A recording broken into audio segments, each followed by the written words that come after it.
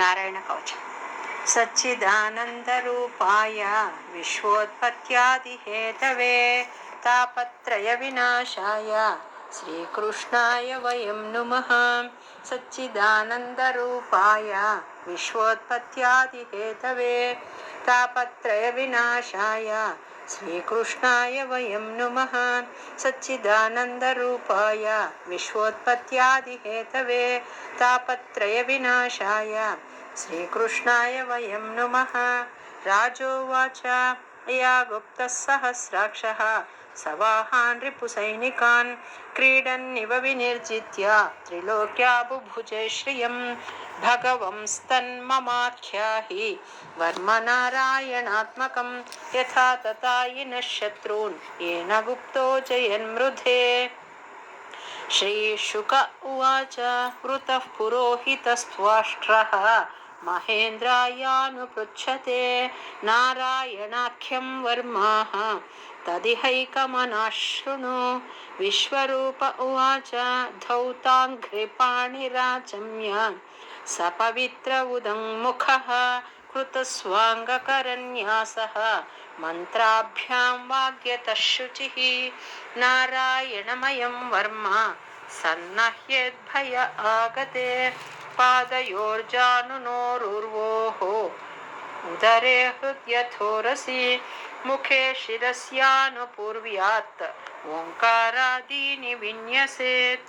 ఓం నమో నారాయణాయేతి విపర్యయమథాపి వా. ఈ వజ్రాయుధం గురించి అండి. అంటే మళ్ళీ మనము నారాయణీయం చెప్పుకునేటప్పుడు దానిలో వృత్రాసురుడి వధ గురించి చెప్పుకునేటప్పుడు ఇంకా ఎక్కువ డీటెయిల్స్ చెప్పుకుందాము. ఈ దధీచి ఋషి గురించి అయితే దానికి దీనికి కనెక్షన్ ఎక్కువ ఉందన్నమాట. అందుకు ఇప్పుడు కొన్ని విషయాలు చెప్పుకుందాం. ఈ స్వయంభూ మన్వంతరంలో అథర్వణ అనే ఋషి ఉండేవారటండి. వారి యొక్క కుమారుడు అనమాట. ఎవరు? ఈ దధీచి. వారి భార్య పేరు చిత్తి అన్నమాట. అథర్వణ అనే ఋషికి చిత్తి అనే భార్య వల్ల కలిగిన సంతానం ఈ దధీచి ఋషి అన్నమాట. ఆయన ముఖమట పుట్టినప్పుడే గుర్రము ఫేస్ ఉండేదటండి. కొంచెం అలా అనిపించేదట, గుర్రము ఫేస్ లా. ఆయన శివభక్తుడండి. శివుడి కోసం తపస్సు చేసి ఏం వరము పొందినాడు అంటే, ఆయన శివభక్తిని చూసి పరమేశ్వరుడు అతనికి నీవు వజ్రకాయుడు కమ్మని వరం ఇచ్చినాడట. ఎవరికి? దధీచికి. దీంతో ఆయన ఆ శివ వరప్రసాదం వల్ల తన ఎముకలన్నీ కూడా అంత పవర్ఫుల్ అయినాయంటండి. వజ్రం లాగా గట్టిముట్టిగా అయిపోయినాయంట. ఇతను మహాపండితుడు, పెద్ద తపస్సు చేసే అట్లాంటి వాడు. అన్ని రకాలుగా కూడా ఈ దధీచి గొప్పవాడు అన్నమాట. ఈయన ఎంత తపస్సు చేస్తుంటే, ఎవరు ఎక్కువ తపస్సు చేస్తుంటే ఇంద్రుడికి వాళ్ళని డిస్టర్బ్ చేస్తూ ఉంటాడండి వచ్చి. అట్లా అతను ఒక అప్సరసను పంపిస్తాడు ఈయన యొక్క తపస్సును డిస్టర్బ్ చేయడానికి. ఈయన అటెన్షన్ డైవర్ట్ అయిపోతుందండి. అయిపోయి ఆ సరస్వతి నది తీరంలో స్నానం చేస్తూ ఆయన యొక్క అటెన్షన్ డైవర్ట్ చేస్తుంది. ఆ పంపించిన ఇంద్రుడు పంపించిన అప్సరస. ఆమె పేరు అలంబుష అని చెప్తారండి. అలంబుష అనే అప్సరస అన్నమాట. ఈయన మనసు చంచలం అయిపోతుంది. తను చేసిన తపస్సునంతా మర్చిపోతాడండి. ఆమెతో ఆ విహారం చేస్తూ ఉంటాడనమాట. కొంతకాలం తర్వాత ఆమె వెళ్ళిపోతే ఆ ఋషి ప్లస్ ఈ అలంబుష అనే అప్సరస జల విహారం చేయడంతో ఆ సరస్వతి నది నీళ్లు కూడా ఎంతో రాగరంజితమైనాయి అని చెప్తారండి. ఆ సరస్వతి నది హృదయం కూడా కరిగిపోయిందట, అంటే వీళ్ళని చూసి. ఈ అలంబుష ఎప్పుడైతే ఆమె ఇతని తపస్సును భగ్నం చేసిందో ఆమె పని అయిపోయింది, ఆమె వెళ్ళిపోయిందటండి. కానీ ఈ మహర్షి కొన్ని రోజులు చాలా ఆమె యొక్క లోటును తట్టుకోలేకపోయినాడటండి. ఇంత తపస్సు చేసిన ఋషి కూడా బాధపడుతూ ఆ నీటి దగ్గరే తిరిగేవాడటండి. ఆ సరస్వతి నది ఆయన యొక్క శక్తిని పొంది ఒక బిడ్డను జన్మ ఇచ్చిందటండి. అతనే సారస్వత ముని అని అంటారు. ఆ సరస్వతీ దేవి ఈయన యొక్క శక్తిని పొంది, అంటే ఆ నది సరస్వతి నది ఈ దధీచి మహర్షుల యొక్క శక్తిని ధరించి తేజోమయమైన ఒక బిడ్డకు జన్మనిచ్చిందంట. ఆ బిడ్డ పేరే సారస్వత ముని అంటారనమాట. అది చూసి ఈ దధీచి ఆ నదికి ఒక వరం ఇచ్చినాడటండి. దధీచి అని ఆయన ఋషి. ఆయన ఒక వరం ఇచ్చినాడు. ఏమని? నీ నీటితో అంటే సరస్వతి నదీ జలాలతో ఎవరైతే విశ్వే దేవతలకందరికీ, పితృదేవతలకు వాళ్ళందరికీ నీ నదీ జలాలతో ఎవరైతే తర్పణం ఇస్తారో, ఆ తర్పణంతో అందరూ ప్రీతి చెందుతారు. ఎవరు ప్రీతి చెందుతారు? గంధర్వులు, పితృదేవతలు, మొత్తం విశ్వంలో ఉన్న దేవతలందరూ కూడా నీ నీటితో ఎవరైతే తర్పణం ఇస్తారో దాంతో తృప్తి చెందుతారని వరమిస్తాడనమాట. అట్లా ఈయన ఎన్నో విద్యలు నేర్చుకొని ఇంకా ముందుకు వెళ్తాడండి. ఇట్లాంటి దధీచి మహర్షికి ఒకసారి ఇంద్రుడు ఒక విద్యను నేర్పిస్తాడండి. డిస్టర్బ్ చేసింది ఆయనే. తర్వాత కాలంలో ఆయనకి ఒక రహస్య విద్యను కూడా మధు విద్య అని కొన్ని చోట్ల వస్తుందన్నమాట ఉపనిషత్తు. ఆ విద్యను కూడా ఉపదేశించుంటాడు. ఇదైపోయి అశ్విని దేవతలు అని దేవలోకపు వైద్యులు అన్నమాట. వాళ్లకు తెలుస్తుంది ఈ విద్య దధీచి దగ్గర ఉంది అని. ఆయన వచ్చి రిక్వెస్ట్ చేసుకుంటారనమాట, మాకు చెప్పిమని. కానీ ఇంద్రుడు ఉపదేశం చేసేటప్పుడు ఏం చెప్పింటాడు? ఇది ఎవ్వరికి నువ్వు చెప్పకూడదు, చెప్పినావని తెలిస్తే నీ తల తీసేస్తామని చెప్పింటారు. అదే మాట చెప్తారు ఆ ఋషులు. నాకైతే అభ్యంతరం లేదు, కానీ ఇంద్రుడు అబ్జెక్ట్ చేస్తున్నాడు కాబట్టి నేను చెప్పలేను అంటాడు.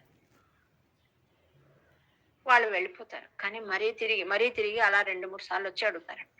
ఇది మా స్వప్రయోజనం కోసం అడగట్లేదు, మేమిచ్చే మందుతో పాటు ఈ ఉపదేశం అంటే ఈ నారాయణ కవచాన్ని కూడా మేము సిద్ధి పొంది ఉంటే ఇంకా మంచి ట్రీట్మెంట్ ఇవ్వడానికి అవుతుంది కాబట్టి మాకు ఉపదేశం చేయండి. అప్పుడు వాళ్ళ యొక్క ఉద్దేశాన్ని తెలుసుకుని ఆ ఋషి మనసు కరిగిపోతుంది అనమాట, చెప్పాలనిపిస్తుంది. వాళ్ళు ఒక వడంబడిక చేసుకుంటారండి. ఆ అశ్విని దేవతలు ఏం చేస్తారంటే, నీ తలని తీసి మేము దాచిపెట్టేస్తాం, నీకు ఒక గుర్రపు తలను పెడతాం. దీనికి పరమాత్మ ప్లానింగ్ కూడా ఎలా ఉంది చూడండి. ఈ దధీచి పుట్టినప్పుడే కొంచెం గుర్రం ఫేస్ ఉండేటట్లుగా చేశారు. ఇంకా ప్లాన్ ఏం చేసినారు?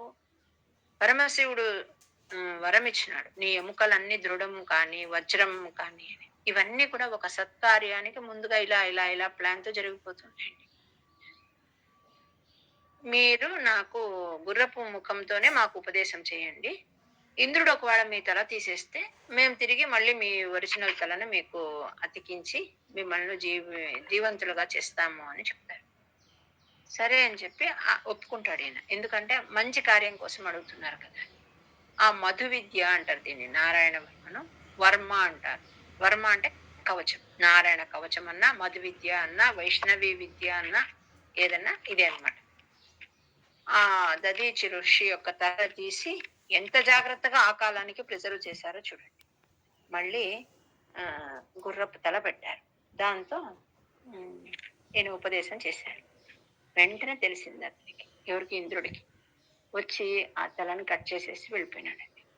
వీళ్ళు ఆ తల తీసేసి ఎక్కడైతే ప్రిజర్వ్ చేసినారో దాన్ని తీసుకొచ్చి ఆయన ఒరిజినల్ తలని మళ్ళీ ఇంప్లాంట్ చేశారండి. అంటే ఎంత ప్లానింగ్ జరిగింది చూడండి. ఆ రకంగా అశ్విని దేవతలకు ఆ విద్య వచ్చేసింది. ఇంకా ఇంద్రుడు ఏం చేయలేడు అనమాట వాళ్ళగా. ఈయన ఒరిజినల్ తల వచ్చేసింది అనమాట. ఇలా జరుగుతూ ఉంది. కొంతకాలం తర్వాత ఏమైంది అంటే, దేవతలంతా కూడా వాళ్ళ ఈ ఏమంటారు వృత్రాసురుడి వల్ల కష్టాలు వచ్చినాయండి. వాడు వెంటాడుతున్నాడు వీళ్ళని. కాబట్టి వీళ్ళ అస్త్రాలన్నీ ఏం చేస్తున్నారంటే, ఈ శస్త్రాస్త్రాలన్నీ కూడా ఎక్కడ తీసుకొని పోతారో రాక్షసులు అని చెప్పి వచ్చి దధీచి దగ్గర పెట్టారు. మీరు దీన్ని కాపలా కాయండి అని చెప్పి వెళ్ళిపోయినారు. ఈయన చాలా రోజులు చూస్తున్నాడండి, వాళ్ళు రాలేదు. ఈయన తిరిగి తపస్సుకు పోవాల్సిన సమయం ఆసన్నమైంది. ఏం చేయాలి, ఇవన్నీ ఇక్కడ పెట్టినారు కదా అని అవి అయితే తీసుకుని వెళ్ళలేరనమాట అంతంతా. కాబట్టి ఆ శస్త్రాస్త్రాలన్నిటిని కూడా కరిగించి దాని యొక్క వీర్య సారాన్ని ఈయన తాగేసినాడట.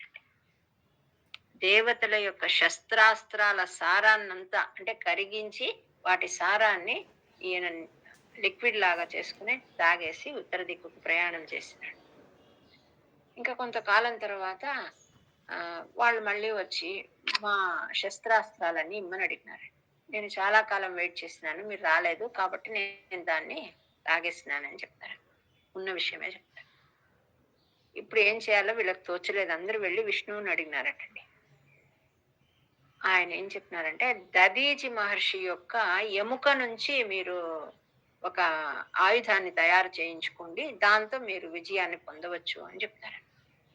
ఎట్లా అడగాలి? ఎముకనంటే వెన్నెముక నుంచేటండి. ఎలా సాధ్యమవుతుంది? మీరు వెళ్ళండి. ఆయన నారాయణ కవచాన్ని హస్తగతం చేసుకున్న ఋషి. కాబట్టి అదొక్కటే మీకు విజయాన్ని సంపాదించగలదు అని చెప్తాడు. వాళ్ళంతా వచ్చి అడుగుతారండి. అంటే నువ్వు చనిపోయి నాకు మీ ఎముక ఇమ్మని అడగడమే కదా. ఆయన ఒప్పుకుంటాడండి. ఒక మంచి కార్యం కోసం ఏమన్నా చేస్తాను. దానికోసం నా శరీరం ఉపయోగపడితే అంతకన్నా కావాల్సింది ఏముందని అలాగే అంటాడు. కానీ నాకు ఒక్క కోరిక మిగిలిపోయింది. ఏమి అంటే ఈ భూమండలంలో ఎన్ని తీర్థాలు ఉన్నాయో అన్ని తీర్థాల్లో స్నానం చేయాలనే ఒక కోరిక ఉంది. అదొక్కటి మీరు నాకు అరేంజ్ చేసి ఇవ్వండి అని చెప్తే, ఇంద్రుడు తక్కిన దేవతలంతా ఏం చేస్తారంటే ఎక్కడెక్కడి నుంచో నీళ్ళన్నీ తీసుకొచ్చి అక్కడ నైమిషారణ్యంలో ఒక ప్రదేశం ఉందండి. దదీచి కుండ్ అంటారనమాట. అక్కడ అన్ని నీళ్లు అక్కడ ఒక దగ్గరికి రెడీ చేస్తారనమాట. ఈ మహర్షి అందులో స్నానం చేసి తన తపోశక్తితో పెదవుల మీద చిరునవ్వుతో తన దేహాన్ని వదిలేస్తాడండి. దాంతో ఆయన ఎముకలతో వజ్రాయుధాన్ని తయారు చేయమని చెప్తే విశ్వకర్మ భయపడతాడండి. అంటే అంత గొప్ప ఋషి తోలుని ఇలా చెక్కాలి కదా, చెక్కి వాటిని తీయాలి కదా, నేను చేయలేనని చెప్తాడండి. అంటే అప్పుడు ఒక ఆవును పిలిచి కామధేను ఆయన యొక్క ఏమంటారు ఆ తోలు ఉంటుంది కదా, చర్మం, అదంతా కూడా నాకేస్తుందటండి. అదంతా అంటే వైష్ణవ మాయ అనమాట. చేసిన తర్వాత విశ్వకర్మ ఆ ఎముకలు తీసుకుని మిగిలిన దేవతలకు అందరికి ఆయన వాళ్ళ శస్త్రాస్త్రాలన్నీ లిక్విడ్ చేసి మింగేసినాడని చెప్పుకున్నాం కదా, వాళ్ళ అస్త్రాలన్నీ తయారు చేసి ఇచ్చినాడు. దాంతో ఒక్క వజ్రాయుధాన్ని ఇచ్చినాడట. అది అన్నిటికన్నా ముఖ్యమైనది. ఇది కూడా భగవద్గీత 10వ అధ్యాయంలో వస్తుందండి.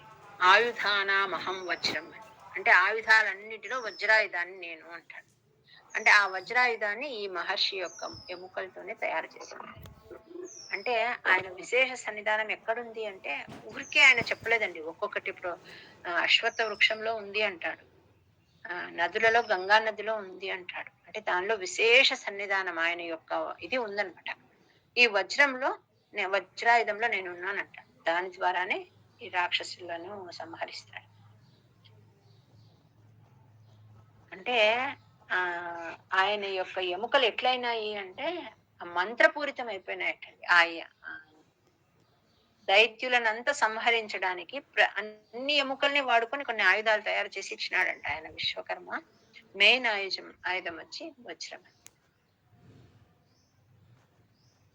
అతని భార్యకి ఈ విషయం తెలిసి వాళ్ళనందరినీ మీరు నిస్సంతానులు కండి అని దేవతలను శపించింది అని కూడా ఒక దగ్గర రాస్తున్నారు. అంటే ఆయన భార్యకు బాధేస్తుంది అనమాట. అంటే నా భర్తని ఈ రకంగా వాడుకున్నారు కదా వీళ్ళు అని, మీరంతా కూడా సంతానం లేకుండా కండి అని అలా శపించింది అని వస్తుంది అనమాట. పిప్పలాదుడి గురించి వస్తుందండి, వీళ్ళ కొడుకు. మనం భాగవతంలో వేరే చెప్పుకునేటప్పుడు చెప్పుకున్నాం. ఇట్లా పరోపకారం కోసం ఆత్మార్పణ చేస్తున్నాడు దధీచి ఋషి. ఆ దధీచి ఋషికి ప్లస్ ఈ నారాయణ కవచానికి ఈ రకంగా సంబంధం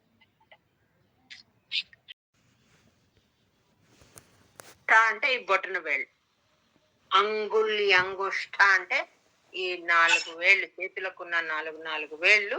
అంగుష్ట అంటే రెండు బొటన వేళ్ళు. పర్వసు అంటే ఈ వేళ్లకు కణుపులు ఉంటాయి, మనం చెరుకు గడకుంటాయి కదా, అట్లా మనకి ఈ మధ్యలో ఉంటాయి చూడండి, సంధి అంటారు దీన్ని, కణుపు అంటారు, అవి అనమాట పర్వసు అని. ప్రణవాదీయకారాంతం అంగుళ్యంగుష్ట పర్వసు. ధ్రువ చరిత్రలో వస్తుందన్నమాట ఇది. ఈ ఓం నమో భగవతే వాసుదేవాయ అనే ద్వాదశాక్షరి మంత్రంలో ఒక్కొక్క అక్షరం ఓం నుంచి మొదలుకొని ఈ 12 అక్షరాల మంత్రాన్ని 2 చేతుల వేళ్లలో, తర్వాత 2 బొటన వేళ్లకు, వాటి కణుపులు ఉంటాయి చూడండి, ఆ కణుపులకు అన్ని ఈ 12 ప్లేసెస్ లో కరన్యాసం చేయాలి. అది ఇక్కడ చెప్తూ ఉంటాం. ఇంతకు మునుపు చెప్పుకున్నాం అంగన్యాస కరన్యాసాల గురించి. ఇప్పుడు ఏం చేయాలి?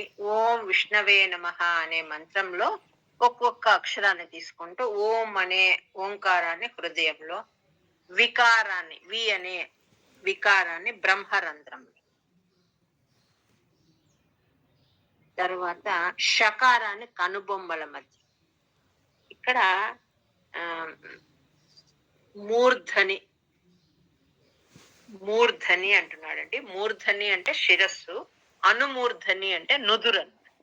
శిరస్సు వేరే, నుదురు వేరే. ఒక్కొక్క అక్షరాన్ని ఒక్కొక్క చోట.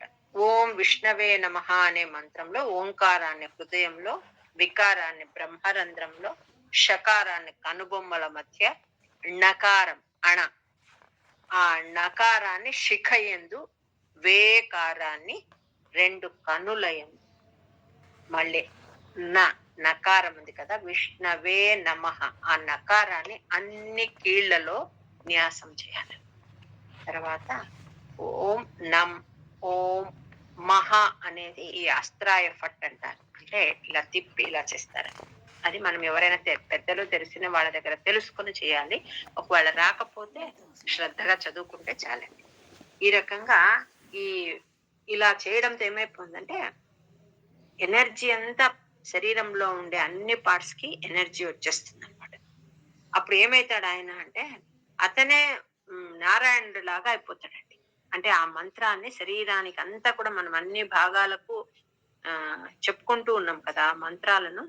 మనకు ఎనర్జీ అంతా పరమాత్మని ఏ రకంగా ధ్యానించాలి, మనం ఎవరిపైనైనా మనకు భక్తి కలగాలన్నా, ఇష్టం కలగాలన్నా వాళ్ళలో ఏదో క్వాలిటీ మనకు నచ్చితేనే మనం ఫ్రెండ్షిప్ చేస్తాం. ఈ పరమాత్మను ఊరికే దేవుడు దేవుడు అని కాకుండా ఆయనలో ఉన్న ఈ షడ్గుణ ఐశ్వర్యాలను తలుచుకోవాలట. ఏమవేవి అంటే ఐశ్వర్యం, ధర్మం, యశస్సు, సంపద, జ్ఞానము, వైరాగ్యం. ఈ షడ్గుణాలతో పరిపూర్ణుడైన పరమాత్మను ధ్యానించాలంటే మనం ఇంతసేపు ఆ మంత్రాలతో మన శరీరంలో ఉండే అంగాంగాలన్నీ స్పృశించుకున్నాం కదా. అలా చేసి పరమాత్మను ఆ రకంగా మనం ధ్యానం చేయాలి. ఆ తర్వాత కృతం చదవాలి. ఇక్కడికి అంటే 11 వరకు మనం చదువుకున్న 1 నుంచి 11 వరకు ఉన్నవంతా పూర్వ భాగం అన్నమాట. అంటే ఇంకా మంత్ర భాగం రాలే. ఇప్పుడు 12 నుంచి మంత్రం. ఈ రకంగా చేస్తే ఏమవుతుంది అంటే ఫస్ట్ పరమాత్మని ఈ షడ్గుణ ఐశ్వర్య పూర్ణుడైన పరమాత్మను ధ్యానించాలి. తనను కూడా ఆ రూపంలోనే భావించుకుంటూ చింతన చేయాలి. చింతన చేసి ఆ తర్వాత ఈ కవచాన్ని చదవాలి. ఇప్పుడు ఇక్కడ నుంచి శ్లోకం స్టార్ట్ అండి. ఎట్లాంటి వాడట పరమాత్మ అంటే మనం పిలిస్తే పలకి వెంటనే రావడానికి సిద్ధంగా ఉన్నాడటండి. పిలిస్తే అంటే ఊరికే ఆషామాషిగా పిలిచడం కాదు, ఆర్తితో పిలిస్తే అట్లాంటి వాళ్ళని ఆదుకోవడానికి ఆ పరమాత్మ ఎట్లా ఉన్నాడట, గరుడుడి మూపు పైన రెడీగా కూర్చొని ఉన్నాడట. ఆయన పైన అంటే గరుడుడి పైన రెడీగా, మనం రన్నింగ్ ఎట్లా రెడీగా ఉంటామో అట్లా పరమాత్మ దానిపైన పాదాలు పెట్టి కూర్చొని రెడీగా ఉన్నాడటండి. ఆర్తితో పిలిస్తే మన దగ్గరికి రావడానికి. అణిమాది అష్టసిద్ధులన్నీ ఆ స్వామిని సేవిస్తూ ఉన్నాయట. ఆయన 8 చేతులలో 8 రకాల ఆయుధాలన్నీ ధరించి ఉన్నాడటండి. ఏమేమవి అంటే శంఖము, చక్రము, డాలు, ఖడ్గము, గద, బాణము, ధనుషు, పాశం ఇవన్నీ ధరించి ఉన్నాడట. గరుడి పైన పాదాలు మోపి సిద్ధంగా ఉన్నాడటండి. ఆశ్రితుల ఆర్తిని తీర్చడానికి రావడానికి సిద్ధంగా ఉన్నాడట పరమాత్మ. ఓంకార స్వరూపుడైన ప్రభు అన్ని చోట్ల అన్ని రకాలుగా అన్ని విధాలుగా నన్ను రక్షించుగాక అని ప్రార్థన చేస్తున్నాం ఈ శ్లోకంలో. ఇది ఎట్లాంటిది అంటే ఇది చెప్పుకుంటే మనకు అన్ని పరిస్థితుల్లో రక్షణ లభిస్తుందండి. ఒక ధ్యాన శ్లోకం లాగా ఇది ఎలా చెప్పుకోవాలి అంటే ఆ ఓం హరిర్ విద ధ్యాన పైన మనం 2 లైన్ల శ్లోకాలు చెప్పుకున్నప్పుడు 4 భాగాలుగా చేసుకున్నాం. దీన్ని ఏం చేయాలంటే ఫస్ట్ లైన్ కలిపేసుకోవాలండి, మొత్తంగా మధ్యలో ఆపం. ఈ హరిర్ విద ధ్యాన అనేది ఏమంటే మంచి ధ్యాన శ్లోకం అండి. ఇది బాగా మనం ఇది ఒక్క శ్లోకాన్ని బైహార్ట్ చేయొచ్చు. మన రక్షణకు పరమాత్మట ఎట్లా ఉన్నాడంటే ఒక కాలు గరుడి పైన పెట్టి రెడీగా ఉన్నాడంటే బాహువులలో అష్టబాహు అష్టగుణ, 8 బాహువులు, 8 గుణాలతో పరిపూర్ణుడు, 8 ఆయుధాలు ధరించినాడు, అణిమాది అష్ట సిద్ధులతో ఉన్నాడట పరమాత్ముడు. ఇలాంటి స్వరూపము నన్ను కాపాడని అని చెప్పుకున్నాం.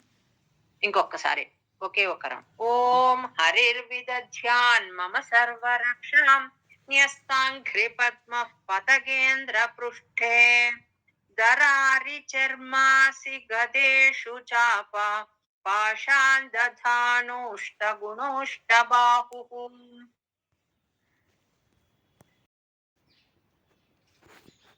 మనము ఆర్తితో పిలిస్తే వచ్చి రక్షిస్తాడు అని చెప్పుకున్నాం. గరుడుడి మోపు పైన కూర్చోన్నాడు స్వామి పాదపద్మాలు, అన్ని ఆయుధాలు ధరించి. మనము ఆర్తితో పిలిస్తే వచ్చి రక్షిస్తాడు అని చెప్పుకున్నామండి మొదటి శ్లోకం హరిర్విదధ్య అంటే. ఇప్పుడు ఏమడుగుతున్నాము అంటే, మనము నీటి నుంచి రక్షణ అండి. నీటి నుంచి రక్షణ అంటే ఎట్లా అంటే, ఇప్పుడు స్నానం కోసం మనం నీటిలో వెళ్తాం. సముద్ర స్నానము, నదీ స్నానము పోయినప్పుడు వరుణ పాశం అని ఉంటుందన్నమాట. అది మనల్ని లాగేస్తుందట. అట్లాంటప్పుడు మనల్ని మనం మునిగిపోతున్నామని మనల్ని కాపాడడానికి ఎవరైనా వస్తే వాళ్ళు కూడా లాగబడతారు ఒక్కొక్కసారి. మనం విని ఉంటాం ఇలాంటి ఇన్సిడెంట్స్. ఆ నీటిలో ఆ వరుణుడి పాశం ఉంటుంది అనమాట. కాబట్టి మనం స్నానం చేసేటప్పుడు మత్స్యావతారాన్ని, ఆ మత్స్యమూర్తిని, చేప ఆకారంలో ఉన్న పరమాత్మను స్మరించాలట. అంటే మత్స్యమూర్తి, మత్స్య రూపుడైన పరమాత్ముడు నీటి నుంచి, జలము నుంచి నన్ను రక్షించని. స్నానం కోసం మనము సముద్ర స్నానం కానీ నదీ స్నానానికి కానీ వెళ్ళినప్పుడు మత్స్యమూర్తిని స్మరించాలట. ఎందుకు అంటే నీటిలో వరుణ పాశం ఉంటుంది. అది మనల్ని, మన వెంట మనల్ని ఇన్ కేస్ మనం ప్రమాదానికి లోనైతే మనల్ని బయటికి లాగడానికి వచ్చిన వాళ్ళను కూడా ఆ పాశం లాగేస్తుంది. కాబట్టి అలాంటి ఇబ్బందుల నుంచి నన్ను ఈ మూర్తి కాపాడని అని చెప్తాం అని ప్రేయర్ చేస్తున్నాం. కాబట్టి నీటితో అగ్నితో తమాషా చేయకూడదు అంటారు పెద్దవాళ్ళు. ఇంకా దారిలో నడుస్తూ ఉంటాం, అక్కడ ఏది రాయిగి ఏముండదు, అయినా కూడా మనం ఒక్కొక్కసారి కాలు జారి పడిపోతుంది. అలాంటప్పుడు వామన రూపుడైన పరమాత్మ నన్ను కాపాడని అని చెప్తున్నారు. అంటే మనము ఎలా రక్షణ అడగాలని వేదవ్యాసుల వారు మనకు ఈ పురాణాలలో, ఈ స్తోత్రాల ద్వారా మనకు నేర్పిస్తూ ఉన్నారండి. త్రివిక్రముడు అంటే వామనుడు, తన విశేషమైన పాదాలు, 3 పాదాలు, త్రివిక్రమ. అంత పెద్దగా ఎదిగినాడు కదా ఆ పరమాత్మ మనల్ని కాపాడని. వామనుడన్నా త్రివిక్రముడన్నా. వామనుడు అంటే పొట్టిగా ఉన్న, త్రివిక్రమం అంటే వామనావతారంలో విశేషంగా పెరిగిపోయిన రూపం అన్నమాట. తర్వాత ఆకాశం నుంచి, ఖే అంటే ఆకాశం, ఆకాశం నుంచి వచ్చే ప్రమాదాల నుంచి త్రివిక్రమ రూపుడు నన్ను కాపాడని. భూమిని కొలిచినాడు కదండి, కాబట్టి భూమి అంతా వామనుడిదే అనమాట. ఇంతింతై వటుడింతై అని పెద్దగా అయిపోయినాడు కదా, అది త్రివిక్రమ రూపం. ఆకాశం నుండి వచ్చే ప్రమాదాల నుంచి నన్ను కాపాడాలి. ఆకాశం నుంచి ఏమొస్తుంది ప్రమాదము అని అనిపిస్తుంది. ఇప్పుడు మనము ఇంతకు మునుపు తక్కువ కానీ ఇప్పుడు అందరు ఫ్లైట్ జర్నీ ఎక్కువ చేస్తూ ఉంటారు. అక్కడి నుంచి జరిగే ప్రమాదాలు అనమాట. అంటే మనము విమాన ప్రయాణం చేసేటప్పుడు జరిగే ప్రమాదాల నుంచి, లేక ఎక్కడో కూర్చుంటాం మనం, ఒక కొబ్బరి చెట్టు కింద కూర్చోంటాం, పెద్ద కొబ్బరికాయ వచ్చి మన మీద పడిందంటే అయిపోయి కదండి. అట్లా చిన్న చిన్న వాటికి కూడా మృత్యు ముఖాన పడిన వాళ్ళు ఉన్నారు. ఇట్లాంటి ప్రమాదాల నుంచి నన్ను కాపాడని అని చెప్తున్నాను.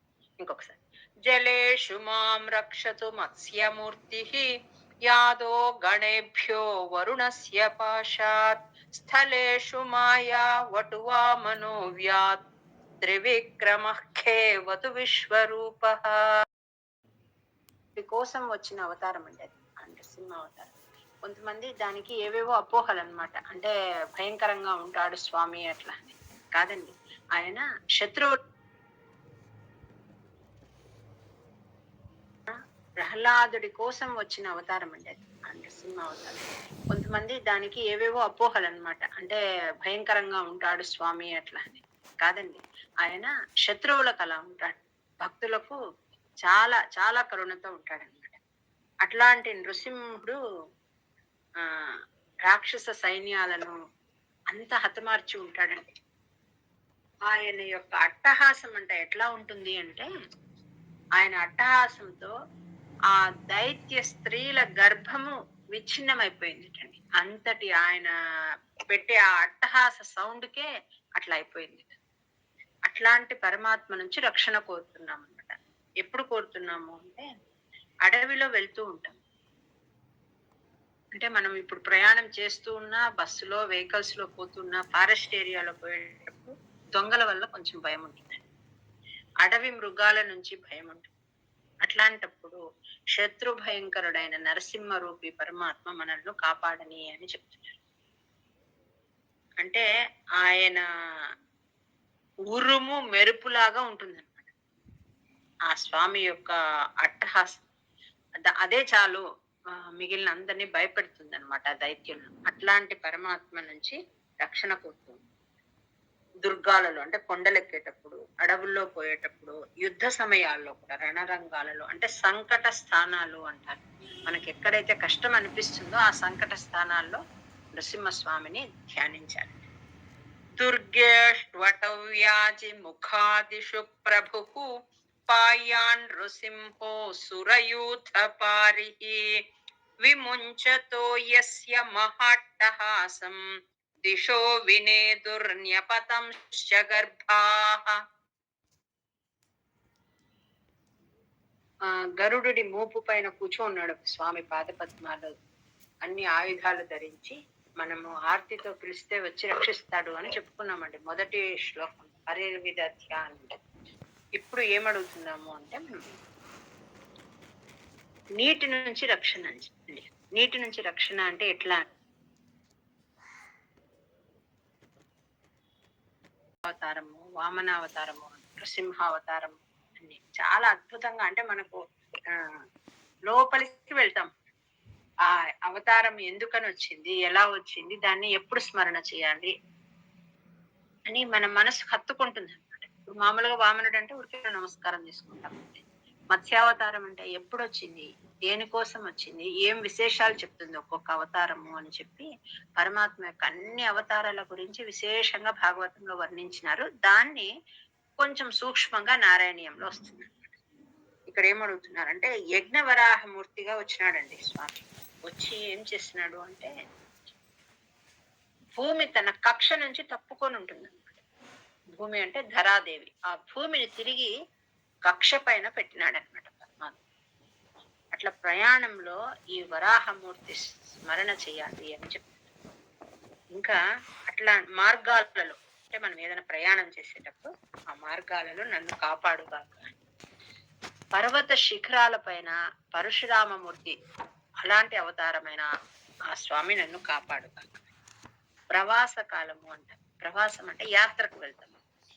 యాత్రా సమయాలలో లక్ష్మణుడి అన్న భరతాగ్రజుడు, లక్ష్మణుడి అన్న శ్రీరామచంద్రుడు, ఆయన లక్ష్మణుడితో కూడిన శ్రీరామచంద్రుడు నన్ను కాపాడుగాక. ఎందుకు అలా చెప్తున్నారు అంటే ఆయన తిరిగినారండి వనవాస కాలంలో. చాలా పరమాత్మ అన్ని చోట్ల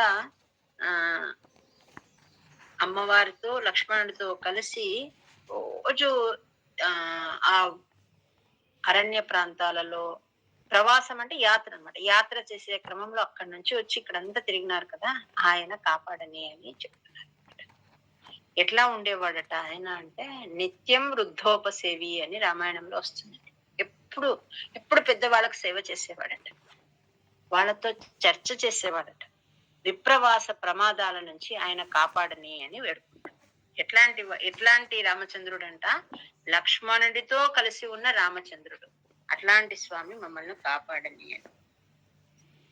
రక్షత్వ సౌమాధ్వని యజ్ఞ కల్ప స్వదంష్ట్రయోన్నీత. దంష్ట్ర అంటే కోర. ఆ కోరతో తీసి భూమిని తన కక్ష పైన పెట్టినారన్నమాట. స్వదంష్ట్రయోన్నీత ధరో వరాహ రామోద్రికూటేష్వథ విప్రవాసే సలక్ష్మణో వ్యాద్భరతాగ్రజోస్మాన్.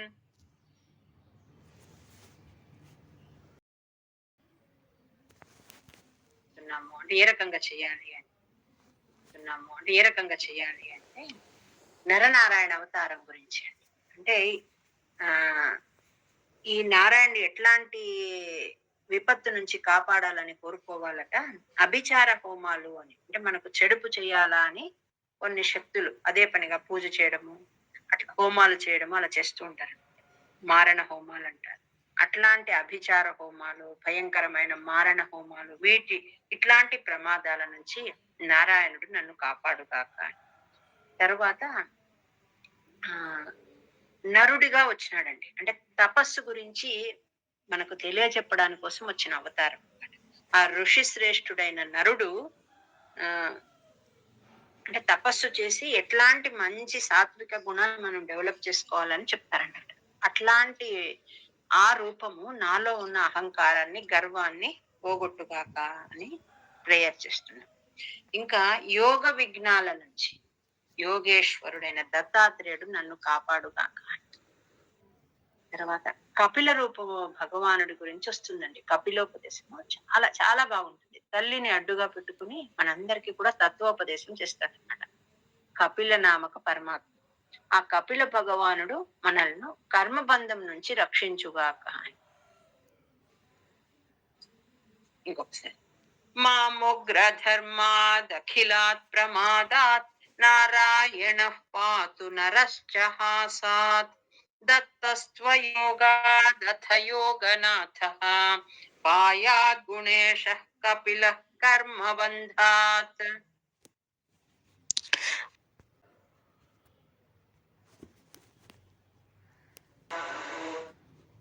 సనత్ కుమారుడు, మహర్షి అయిన సనత్ కుమారుడు నన్ను ధర్మ మార్గంలో నడిచేటట్టు చెయ్యని అంటే కామదేవుడి నుంచి నన్ను రక్షించుగాక. హయగ్రీవ రూపి అయిన పరమాత్మ మార్గంలో సంచరించేటప్పుడు అంటే మనం ఇప్పుడు ఒక చోటికి పోతున్నాం, లేక ఒక గుడికి పోయినాం, అందులో ఉపాలయాలు ఎన్నో ఉంటాయండి. మనం ఏం చేస్తామంటే మెయిన్ గుడికి వెళ్ళిపోతాం, మిగిలినవి ఒక్కొక్కసారి దర్శించాం. లేక ఒక యాత్రకు పోతుంటాం, ఒక ప్రదేశం నుంచి ఇంకొక ప్రదేశానికి పోతున్నాం. మామూలుగా అయితే పాదయాత్ర చేయాలి, దారిలో కనిపించిన ప్రతి ఆలయాన్ని దర్శించుకొని వెళ్ళాలి. కానీ మనము ఇప్పుడున్న పరిస్థితులలో ఒక డెస్టినీ అని పెట్టుకొని ఇక్కడెక్కి అక్కడ దిగుతుంటాం. కానీ దారిలో ఉన్న ఆలయాలు మనకు చూడడానికి అన్ని కుదరదు. విశేషంగా ముఖ్యమైన ఆలయాలు మాత్రం చూస్తాం, వేరేటి చూడమండి. అది కూడా తప్పంటండి. కాబట్టి మనం ఏం చేయాలి అట్లాంటప్పుడు అంటే హయగ్రీవ అని ఆ స్వామిని తలుచుకుంటే మనం అది చూడనేది ఆ పాపం వెళ్ళిపోతుందట. అంటే మనం చూసిన దాని కింద లెక్క తీసుకుంటాడట పరమాత్మ. అట్లా నమస్కారం చేయకుండా మనము మన యాత్రను అలా ముందుకు పోతూ ఉంటాం కదా, ఆ అపరాధం నుంచి హయగ్రీవ రూపి పరమాత్మ నన్ను కాపాడు. ఇంకా నేను చేసే సేవాపరాధాలు ఏవైనా ఉన్నాయని అంటే మనం పరమాత్మకు చేసే సేవలో లోపం కానీ, మన ఉద్యోగ ధర్మంలో మనం చేయాల్సిన లోపం ఏదన్నా ఉంటే దాన్ని దేవర్షి కాపాడుగాక అని చెప్తున్నారండి. ఇక్కడ కొన్ని చోట్ల దేవర్షి అంటే నారదుడు అని అంటారు, కానీ కొన్ని చోట్ల వ్యాఖ్యానంలో ఏమొస్తుందంటే దేవర్షి అంటే మహిదాస అనే పరమాత్మ యొక్క రూపము అని వస్తుంది. మహిదాస అనే రూపము అని ఎవరి అంటే ఇది కూడా పరమాత్మ యొక్క ఒక రూపము. ధార్మిక శిక్షణ కోసం అవతరించిందటండి. బ్రహ్మకు మిగిలిన దేవతలకు ధార్మిక శిక్షణ కోసం అవతరించిన రూపం అంట ఇది. అట్లాంటి ఆ దేవర్షి రూపము నన్ను కాపాడుగాక. తర్వాత కూర్మావతారుడైన శ్రీహరి నరక బాధల నుంచి నన్ను రక్షించుగాక. భాగవతంలో నరకం ఎన్ని రకాలు ఉంటుంది, ఏ శిక్షలు ఉంటాయని చాలా విశదీకరించి రాసి ఉందండి. అది చదువుతూ ఉంటేనే మనకు ఒక రకమైన భయం వేస్తుంది. ఇన్ని ఉన్నాయా అనిపిస్తుంది. మనము తెలిసి తెలియక చేసినవే బోలెడు ఉంటాయన్నమాట. మనం అసలు అనుకోము అది తప్పని, అలా చేసినవే చాలా ఉంటాయి. ఇట్లాంటి పాపాల నుంచి కూర్మావతారుడైన శ్రీహరి నన్ను రక్షించుగాక అని చెప్పుకుంటాం. సనత్ కుమారో వతు కామదేవాత్ హయశీర్షామాం పథిదేవ హేళనాత్ దేవర్షి వర్య పురుషార్చనాంతరాత్ కూర్మో హరిర్మాం నిరయాదశేషాత్.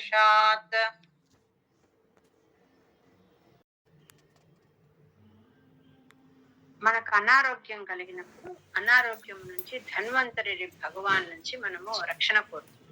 ధన్వంతరి అంటే పథ్యం చేస్తూ ఉంటాం. ఆ పథ్యం నుంచి అంటే మనం పథ్యం చేయగలిగే శక్తి ఇవ్వాలి. మనం ఎవరితో అయితే ట్రీట్మెంట్ తీసుకుంటామో అతను కరెక్ట్ గా మనకు డయాగ్నైజ్ చేసి మందు ఇవ్వాలన్నమాట. అంటే కరెక్ట్ మందు పడాలి, పథ్యం కూడా బాగుండే అట్లాంటి శక్తి కలిగించాలి. అనారోగ్యం నుంచి ఆ రకంగా రక్షణ కోరుతుంది. తర్వాత వృషభదేవుడు అని ఒక అవతారం వస్తుందండి. స్వయం పరమాత్మనే అనమాట. అది వృషభావతారం. ఆయనకు 100 మంది పుత్రులు కలిగితే మొత్తం అందరూ కూడా ఆ పరమాత్మని మోక్షాన్ని పొందగలుగుతారు. ఒక్క జడభరతుడు ఒక్కడు ఒక 3 జన్మల తర్వాత పొందుతాడు. మిగిలిన అందరూ కూడా మోక్షాన్ని పొందుతారు. అంతటి అంటే తండ్రి అంటే దానికి ఎగ్జాంపుల్ వృషభుడు అని చెప్తారనమాట. అట్లాంటి వృషభదేవుడు సుఖ దుఃఖాలనే భయంకర బాధల నుంచి నన్ను కాపాడుగా. ఆ ఋషభుడు తన పిల్లలందరికీ చేసే ఉపదేశం చాలా అద్భుతంగా ఉంటుందండి భాగవతం. ఆ ఎట్లా ఉండాలి అని చెప్పి తన పిల్లలకంతా ఉపదేశం చేస్తాడనమాట. అట్లాంటి ఆ వృషభదేవుడు సుఖ దుఃఖం అనే ఈ భయంకర బాధల నుంచి నన్ను కాపాడుగాక అని చెప్తున్నారు. తర్వాత నారాయణుడు, యజ్ఞ పురుషుడైన నారాయణుడు లోకాపవాదముల నుంచి నన్ను కాపాడని. ఆదిశేషుడు ఎట్లా కాపాడాలి అంటే క్రోధం అనే సర్పగణాల నుంచి కాపాడని. బలరాముడు మనుషుల వల్ల కలిగే కష్టాల నుంచి కాపాడి. బలరాముడు అంటే చాలా బలం కలవాడు. మనుషుల వల్ల కలిగే కష్టాల నుంచి నన్ను కాపాడని అని చెప్తున్నారు.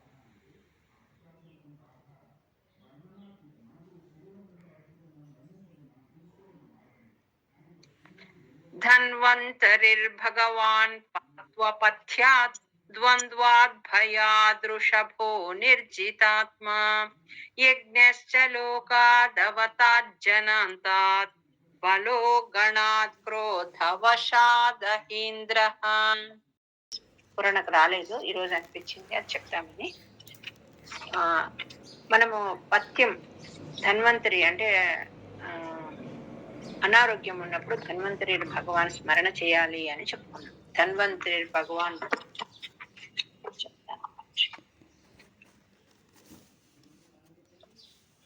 18వ శ్లోకం తీయండి. ధన్వంతరిర్భగవాన్ పాత్వపథ్యాత్ ద్వంద్వాద్భయాదృషభో నిర్జితాత్మా యజ్ఞశ్చ లోకాదవతాజ్జనాంతాత్ బలో గణాత్ క్రోధవశాదహీంద్రః అని 18వ శ్లోకంలో ధన్వంతరి భగవాన్. మనము అపత్యం నుంచి రక్షించమని కోరుకోవాలటండి. ఒకప్పుడు డాక్టర్స్ కూడా మందు ఇచ్చేటప్పుడు ఆ ధన్వంతరి స్మరణ చేసి ఇచ్చేవారట. వాళ్ళ క్లినిక్స్ లో ఆ ధన్వంతరి యొక్క ఫోటో అలా పెట్టుకునేవారట. ఆ రకంగా ట్రీట్మెంట్ జరిగేది. మనము బాగలేని వాళ్ళు కూడా మందు తీసుకునేటప్పుడు ఆ పరమాత్మని స్మరించి తీసుకోవాలట. ఎందుకు తీసుకోవాలి అంటే డాక్టర్ ఏం చేయాలి అంటే మంచిది స్ఫురణకు వచ్చి కరెక్ట్ మందు మనకిస్తూ రోగి బాగా కావాలి, ఆరోగ్యాన్ని పొందాలని ఆయన ఇవ్వాలట. రోగి ఏం చేయాలి అంటే నమ్మకంతో ఆ ఇచ్చిన మందును అంటే ఆ డాక్టర్ పైన నమ్మకంతో వేసుకోవాలట. అది మొదటి పాయింట్. రెండవది ఏమి అంటే ఆయన ఒక పథ్యం చెప్తాడు, ఇది ఈ మందు వేసుకుంటూ పలాంది తినద్దు అని చెప్తారు. కానీ మనకి ఎట్లయిపోయింది అంటే ఏది వద్దంటే దాని పట్లనే మనసిపోతుంది. అట్లాంటి అంటే నిషిద్ధ ఆహారం పట్ల మనసు పోనీయకుండా చేయమని మనం వేడుకుంటూ వేసుకోవాలట మందు. ఇప్పుడు ఒకరికి అసలు తీపి అంటే మామూలుగా చాలా క్యాజువల్ గా ఉంటారు, కానీ ఒక్కసారి షుగర్ అనే వ్యాధి వచ్చిన తర్వాత ఎప్పుడు స్వీట్ గురించి ఎక్కువ ఇష్టమైపోతుందండి. అది వద్దన్నారు కదా, దాని పట్ల మనసు ఆ రకంగా అంటే పథ్యంగా ఉండి దాన్ని మళ్ళీ స్థిరమైన ఆరోగ్యాన్ని పొందేటట్లు చేయమని మనం ప్రార్థన చేస్తూ వేసుకోవాలట. దీనికి భాగవతంలో ఒక చిన్న కథ చెప్తారండి, చాలా చిన్నది. ఒకసారట ఒక పక్షి కోరుక్ కోరుక్ అని అరుస్తోందటండి. కోరుక్ కోరుక్ అని. చాలా రకరకాల పక్షులు, రకరకాల పూతలు అంటే అవి అరుపులు ఉంటాయి కదండి వాటి. అది ఎవరికి అర్థం కాలేదు. అదేం చేస్తుంది, అక్కడి నుంచి ఇంకో చోటుకి వెళ్తుందట. మరి ఆ చెట్టు మీద కూర్చొని మళ్ళీ కోరుక్ కోరుక్ అని అరుస్తుందటండి. ఎవరికి అది దానిలో ఏదో ఒక అర్థం ఉంది అని తెలియదు, ఏదో పక్షి అరుస్తోంది అనుకున్నారు. అది అట్లా చాలా ప్రదేశాలలో చెట్ల పైన ఎక్కి అరుస్తూ ఉందటండి. అది ఏమి జనసంచారం ఉన్న చోటనే అలా చేస్తూ ఉంటది. ఒక వైద్యుడికి దాని యొక్క ఆ భాష అర్థమైందట. కోరుక్కని అది అరుస్తూ ఉంటే ఆ వైద్యుడికి అర్థమైందట. అతను దానికి సమాధానం ఇస్తాడట. ఆ హిత భుక్ అని, మిత భుక్, క్షుత భుక్ అని ఇచ్చినాడట. ఆ పక్షి యొక్క ఆ కోరుక్ అనే శబ్దానికి ఇతను ఉత్తరం ఇచ్చినాడట. ఏమని? హిత భుక్, మిత భుక్, క్షుత భుక్ అని. అది ఇంకా అరవలేదటండి మళ్ళీ. ఏమింతకు దాని ఆ అరుపు యొక్క అర్థము అంటే, కోరుక్ అంటే కహ అరుక్ అని. దాన్ని విడదీస్తే అంటే, కహ అంటే ఇక్కడ ఎవరు అని, అరుక్ అంటే రోగి కానివాడెవరు, ఎవరు రోగి కానివాడు అని అది అడుగుతుందండి. కహ అరుక్ అని. దాన్ని అది చెప్పే భాషలో ఎట్లా వినిపిస్తుంది అంటే కోరుక్ అని వినిపిస్తుంది. దాన్ని విడదీస్తే కహ అరుక్ అని, అంటే ఎవరు రోగి కాదు అని అరుస్తోందట. అరుస్తుంటే ఈయన చెప్పినాడు, ఆ చెప్పిన వైద్యుడు ఏమని చెప్తున్నాడు, హిత బుక్ ఎంత కావాలో అంతే తినాలి. మిత బుక్, హిత బుక్ అంటే ఏమంటారు, మంచిది, మనకు శరీరానికి హితమైన లాంటిదే ఆహారాన్ని తీసుకోవాలి. మిత బుక్ ఎంత కావాలో అంతనే తినాలి. క్షుత బుక్ ఆకలి వేసినప్పుడే తినాలి. ఇలా తినేవాడు రోగి కాడని చెప్పాడట. ఇంతకు ఆ పక్షి ఎవరు అంటే ధన్వంతరి రూప పరమాత్మనే ఆ పక్షి రూపంలో వచ్చి ఎవరు మంచి వైద్యులో వాళ్ళని ప్రాచుర్యంలోకి లోకంలో జనాలందరికీ తెలియజేసేటట్టు చేయాలని వచ్చినాడు అని వస్తుంది. ఎవరు ఆ వైద్యుడు అంటే వాగ్భటాచార్యులు. వారు ఈ రకంగా సమాధానం చెప్తే వెళ్ళిపోయింది. అప్పట్లో వారు చాలా గొప్ప వైద్యులు అనమాట. వారివి కొన్ని సీడీలు అన్ని కూడా మన ఆహారము, మన బాడీ సంరక్షణకు ఉన్న సీడీలు కొన్ని వినడం జరిగిందండి. మీరు కూడా ఎప్పుడైనా ఎక్కడైనా నెట్ లో ట్రై చేయండి, దొరుకుతాయండి ఏమేమి చెప్పినారు వారు. అట్లా ధన్వంతరి గురించి. ఇంకా మనం ఈ ఆయుధం గురించి చెప్పుకున్నాం.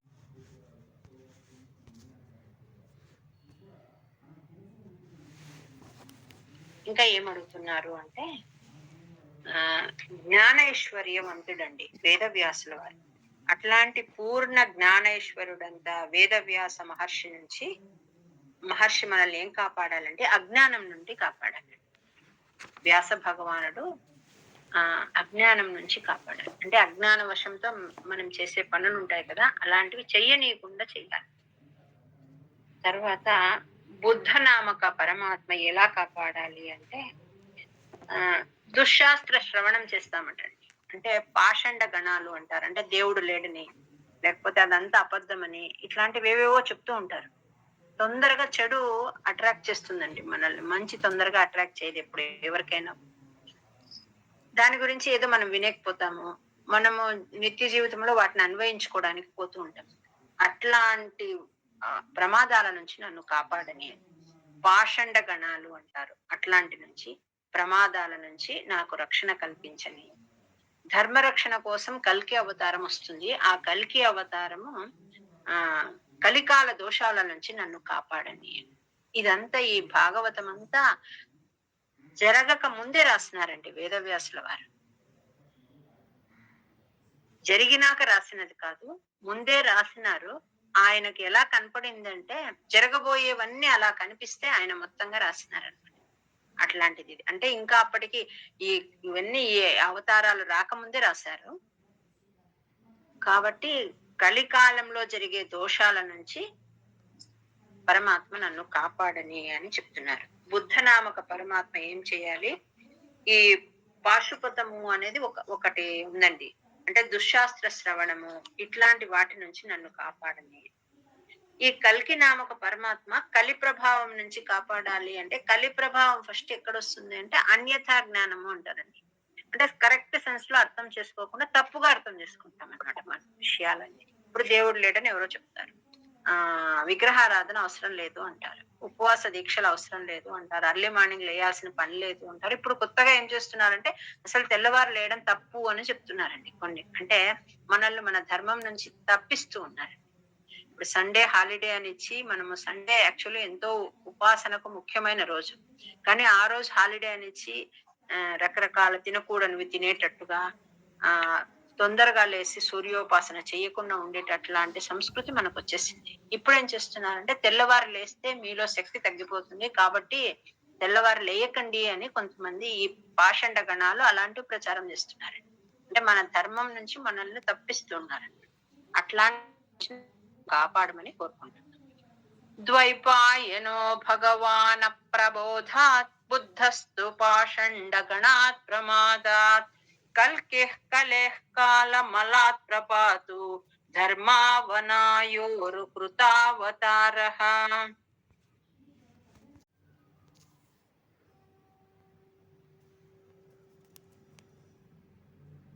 ఉన్నాం కదండి. ఆ పరశురాముడు ఎక్కడ ఉంటాడంటే మహేంద్ర పర్వతం పైన ఉంటాడండి. అంటే వేదాచల్ అంటారే అక్కడ నేపాల్, అదంతా పరశురాముడిది అనమాట. ఆయన నిర్మించిన భూమి అనమాట. ఆయన ఏం చేస్తున్నాడంటే దుష్ట క్షత్రియులనంతా సంహరించి ఆయన వశమైన భూమినంతా కశ్యపాదులకు ఇచ్చేసినాడండి. మాకు ఇచ్చేస్తే నువ్వెక్కడుంటావు అంటే ఆయన ఏం చేస్తున్నాడంటే ఒక బాణ ప్రయోగం చేస్తాడండి. చేస్తే ఆ సముద్రం అంతా వెనక్కి అక్కడ పోయి ఆ పర్వతం పైన ఉంటాడండి.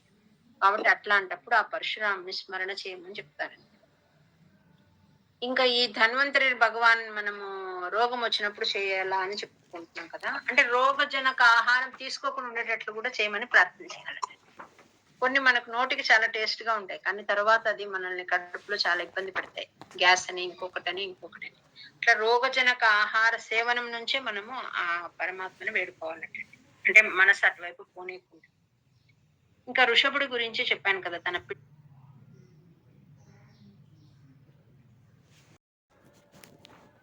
ఏమని ప్రేయర్ చేస్తున్నామంటే రోజు అంటే ఏ ఏ సమయాలలో ఏ ఏ రూపము మనల్ని రక్షించాలి అని ప్రేయర్ చేస్తున్నాడు. మాం కేశవు కదయ, మాం అంటే కేశవుడు.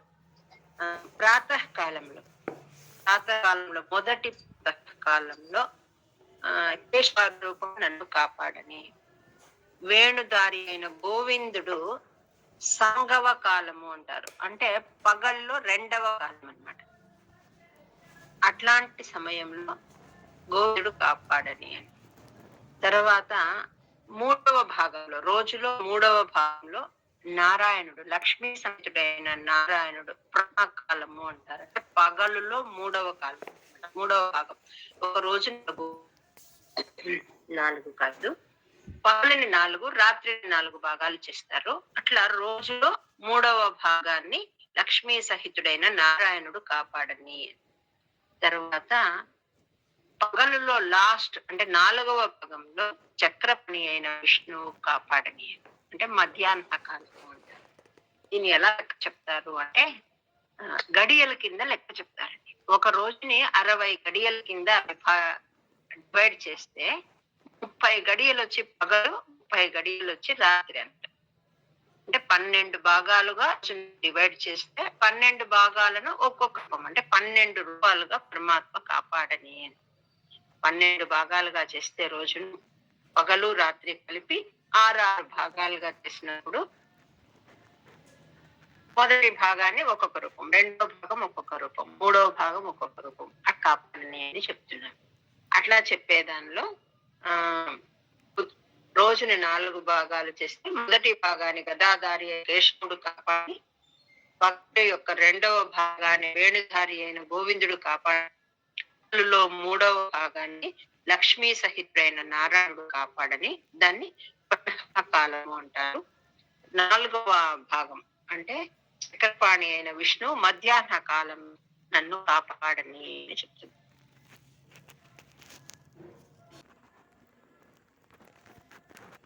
ఇప్పుడు ఇంకా మిగిలిన రూపాలు అన్నమాట.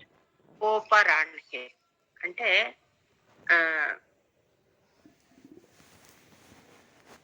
ఒక్కొక్క ఇన్ని బాగా చేయాలి అని చెప్పాను కదండి. 60 గడియలని, ఒక రోజుకి 60 గడియలు, 60 గడియలు 30 గడియలు పగలుకి, 30 గడియలు రాత్రికి తీసుకుంటారు. అంటే 5 గడియలు ఒక సమయం. అట్లా 6 పార్ట్స్ అయితే పగలు, 6 పార్ట్స్ అయితే రాత్రి అని చెప్తారన్నమాట. ఇప్పుడు అపరాహ్న కాలము అంటారు. అట్లాంటప్పుడు మధుసూదనుడు తన ధనస్సుతో కూడి ఉండి నన్ను రక్షించుగాక అని చెప్తారు. సాయంకాల సమయంలో మాధవుడు బ్రహ్మ విష్ణు మహేశ్వర రూపంతో నన్ను రక్షించండి. సూర్యాస్తమమైన తర్వాత హృషికేశరు నన్ను కాపాడి. ఈ హృషికేశ అని పలికేట్టు కొంతమంది ఋషికేశ అని పలుకుతారండి. ఋషికేశ కాదు, ఇది కాకు వట్ల సుట్టి ఋషికేశ. అది కరెక్ట్ గా పలికితే మనము హృ అన్నప్పుడు నోటి నుంచి ఇలా గాలి బయటకు వస్తుంది. ఋషికేశ అలా పలకాలి. తర్వాత అర్ధరాత్రి కాలం, తర్వాత శీతకాలం. ఈ 2 కాలాల్లో పద్మనాభుడు ఒక్కటి నన్ను కాపాడాలి అని చెప్తున్నారు. ఏకో పద్మనాభ. ఈ ఉగ్రధనుర్ధారి మధుసూదన దేవుడు అపరాకాలం అంటే పగలు యొక్క 5వ భాగం అప్పుడు కాపాడని. తర్వాత మాధవ్ సాయంకాలంలో అంటే రోజులో లాస్ట్ భాగం అనుకోండి, ఆ భాగంలో కాపాడని. తర్వాత రాత్రి యొక్క మొదటి భాగం అప్పుడు దోషకాలము అని అంటారు దాన్ని, అప్పుడు ఋషికేశ రూపం కాపాడని. అర్ధరాత్రి కాలంలో, తర్వాత నిశీత కాలంలో రాత్రి 2, 3వ భాగాలలో పద్మనాభ రూపం కాపాడని అని చెప్తున్నారు. నారా దేవో రాహే మధుగన్వా సాయం విధామావతు బాధవో మాం దోష్టే హృషికేశ ఉతార్ధరాత్రే నిశీథయేకో వధు పద్మనాభ. శ్రీధర్ అంటే శ్రీధర్ అనే రూపం వచ్చి రాత్రి యొక్క 4వ భాగంలో కాపాడని. ఖడ్గధారి అయిన జనార్దనుడు ప్రత్యూష కాలంలో అంటే రాత్రి యొక్క 5వ భాగంలో నన్ను కాపాడని. తర్వాత సంధ్యాకాలంలో అంటే రాత్రి యొక్క లాస్ట్ భాగంలో దామోదరుడు కాపాడని. తర్వాత సూర్యోదయ కాలంలో విష్ణువు కాపాడని.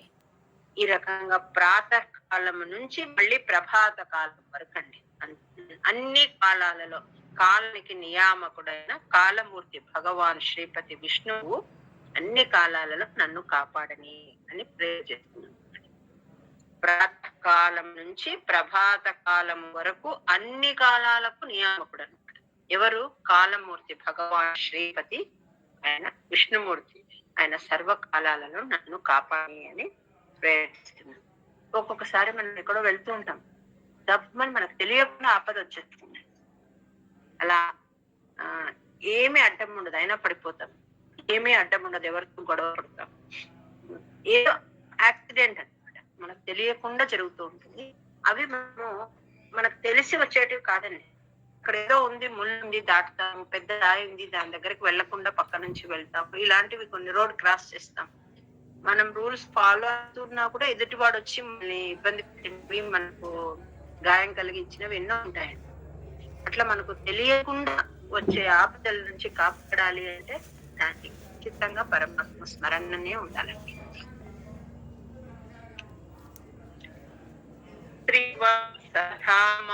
పరాత్ర ఈశః ప్రత్యూష ఈష్టోసి ధరో జనార్దనః దామోదరో వ్యాధను సంచం ప్రపాతే విశ్వేశ్వరో భగవాన్ కాలమూర్తి. ఎట్లా ఉంటాయి అంటే షార్ప్ గా ఉంటాయి అన్నమాట అంచులన్నీ. అట్లాంటి తీవ్రమైన అంచులు, షార్ప్ ఎడ్జెస్ ఉన్న ఓ సుదర్శన చక్రాన్ని ప్రార్థిస్తున్నాం. ఎట్లా? భగవత్ ప్రేరణతో అది ప్రళయాగ్ని లాగా అన్ని చోట్ల అలా తిరుగుతూ ఉంటుంది. మనము అంబరీషుడి చరిత్ర చెప్పుకుంటామండి, భాగవతంలో విశేషమైనది అనమాట. అంబరీషోపాఖ్యానం అది నారాయణీయంలో వస్తుందండి. ఆయనకు ఆయన భక్తికి మెచ్చి పరమాత్మ సుదర్శన రక్షగా ఇచ్చింటాడు. ఈయన ఎప్పుడు పరమాత్మని సేవ ఆ సుదర్శన చక్రం పరిపాలిస్తూ ఉంటుంది. అంత విశేషమైన ఆ సుదర్శన చక్రాన్ని ఆయనకి ఇచ్చింటారు. అట్లాంటి సుదర్శన చక్రాన్ని ప్రార్థిస్తున్నాం. ఏమని? వాయువు తోడైతే ఎట్లా అగ్ని ఎండు గడ్డిని ఎంత కాల్చిస్తుందో ఆ రకంగా ఈ సుదర్శన చక్రము మా శత్రు సైన్యాలన్నిటినీ కూడా దగ్ధం చేయుగాక. అరి అంటే సైన్యం అన్నమాట, అది శత్రువు. మా శత్రు సైన్యాన్ని దగ్ధము చేయుగాక. శత్రు సైన్యం అంటే మనలో ఉండే కామ క్రోధ లోభ మోహం అనే శత్రు సైన్యాలు. చక్రం యుగాంతానలిగ్మనే భగవత్ ప్రయుక్తం దందగ్ధరి సైన్యమాశు కక్షం యథావాత సఖోహుత చక్రం చేస్తున్నారు. ఆ కౌమోదకి గదగ్గించి రెండు వజ్రాలు ఒకదానికొకటి సంఘర్షణమైనప్పుడు వచ్చే నిప్పి ఎలా ఉంటుందో అలాంటిది నీ దగ్గర నుంచి వస్తుంది. ఆ విష్ణు ఎంతో ప్రియమైన ఆయుధం నీకు. నాకు విరోధులైన కూష్మాండ వైనాయక యక్ష రక్ష అంటే వీళ్ళంతా రాక్షస భూత గ్రహాలన్నమాట. ఇట్లాంటి వాటినన్నిటిని కూడా పొడి చేసేసాయి. శత్రువులన్నిటిని కట్ చేసేసాయి. ఈ రాక్షస గణాలన్నీ పొడి చేసేసి పొడిగా శత్రువులందరినీ కత్తిరించి పడేసాయని చెప్తున్నారు. గదేశ నిస్పర్శన విస్ఫులింగే నిష్పిండిత ప్రియాసి కూష్మాండ వైనాయక యక్ష రక్షో భూతగ్రహాంశ్చూర్ణయారి.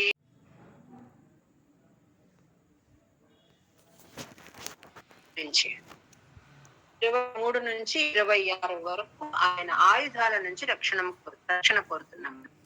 శ్లోకా నంబర్ 23 to 26 ఈ 4 ఆయుధాల నుంచి రక్షణ కోరుతున్నాం.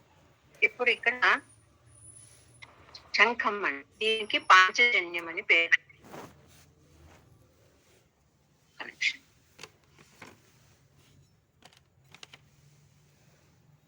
ఈ శంఖానికి పాంచజన్యం అని పేరు అనమాట. ఇది కృష్ణ భగవాన్ చేత పూరింపబడి ఎట్లాంటి సౌండ్ చేస్తుందంటే ఆ శబ్దానికి హృదయాన్ని కూడా షేక్ అయిపోతాయి, కంపించిపోతాయి. ఇట్లా రాక్షసులు, పృథగణాలు, ప్రేతాలు, మాతృకలు, పిశాచాలు, బ్రహ్మ రాక్షసులు ఇట్లాంటి భయంకర ప్రాణులన్నిటినీ కూడా ఆ సౌండ్ తో పాలేసేయని చెప్తున్నారు. పరమాత్మ నిన్ను ఊదుప్పుడు నీ నుంచి ఒక భయంకరమైన సౌండ్ వస్తుంది. అది నాకు విరోధులైన ఈ యాతుదా, ప్రమథ, ప్రేత, మాతృక, పిశాచ, బ్రహ్మ రాక్షస మొదలైన దృష్టి ఉన్న శత్రువులు వాళ్ళ హృదయాలను కూడా శబ్దంతో కంపించిపోతే వాళ్ళందరినీ నా దగ్గర నుంచి దూరం పంపించేసాయి. వాళ్ళను వెంటనే పారదులు నా దగ్గర నుంచి దూరం పంపించేసాయి అని చెప్తున్నారు. ప్రమథ ప్రేత మాతృ పిశాచ విప్రగ్రహ ఘోర దృష్టి దరేంద్ర వయ కృష్ణ పూరిత హృదయాన్ని ఇది పరమాత్మకి ఎంతో ప్రీతి. ఇవన్నీ ఆయుధాలన్నీ ఆయనకి ఎంతో ఇష్టమైనవి అన్నమాట. నీ అంచులు ఎట్లా ఉన్నాయి అంటే చాలా తీవ్రంగా ఉన్నాయి. పరమాత్మ నిన్ను ఉపయోగించినప్పుడు నీవు శత్రువులను కకావికలుగా చేసేస్తావు. నీ అందు ఎట్లా ఉంది అంటే 100 కొలది చంద్రుని వంటి మండలాకారాలు ఉన్నాయి. శత్రువుల యొక్క పాపంతా కూడా హరించి వేయి అని ఈ ఆయుధాన్ని ప్రార్థన చేస్తున్నారు.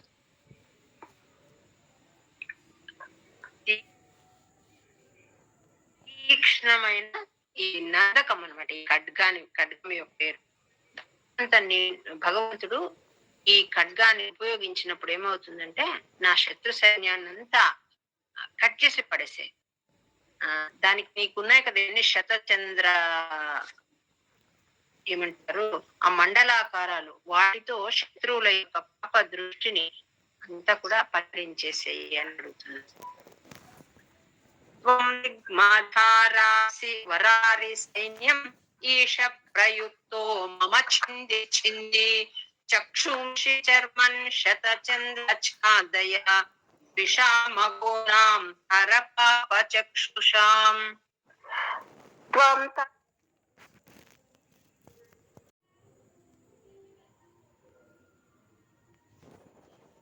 ఇక్కడ ఈ సూర్యాది గ్రహాల నుంచి ధూమకేతువులు అంటారు, అట్లాంటి నుంచి దుష్ట మానవుల నుంచి సర్పాది విషయాల నుంచి ఘోరలుండే అట్లాంటి క్రూర మృగాల నుంచి భూత ప్రేతాదుల నుంచి పాపాలైన ప్రాణుల నుంచి నన్ను రక్షించు అని వేడుకుంటున్నాను.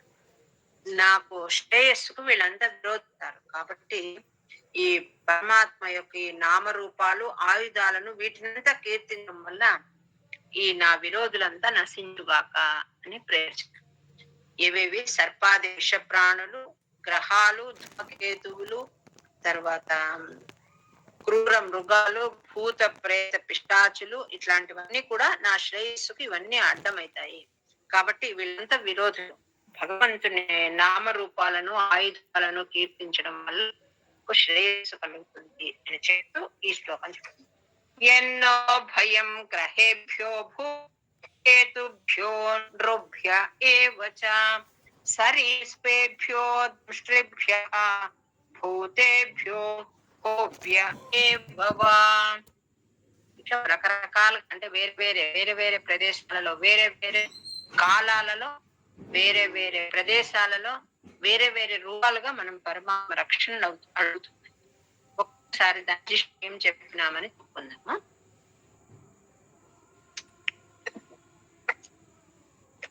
ఈ గరుడారూఢుడైన పరమాత్మ అష్టభుజుడై, అష్టాయుధుడై, అష్టశక్తియుతుడై నాకు రక్షణని అని కోరుకుంటున్నాను. నీటిలో మత్స్య రూపుడై, నేల మీద వామనుడి, ఆకాశంలో త్రివిక్రముడై, అరణ్యములో నరసింహుడై, ప్రయాణ కాలంలో వరాడై, కొండల పైన పరశురాముడై, ప్రవాసాలలో అంటే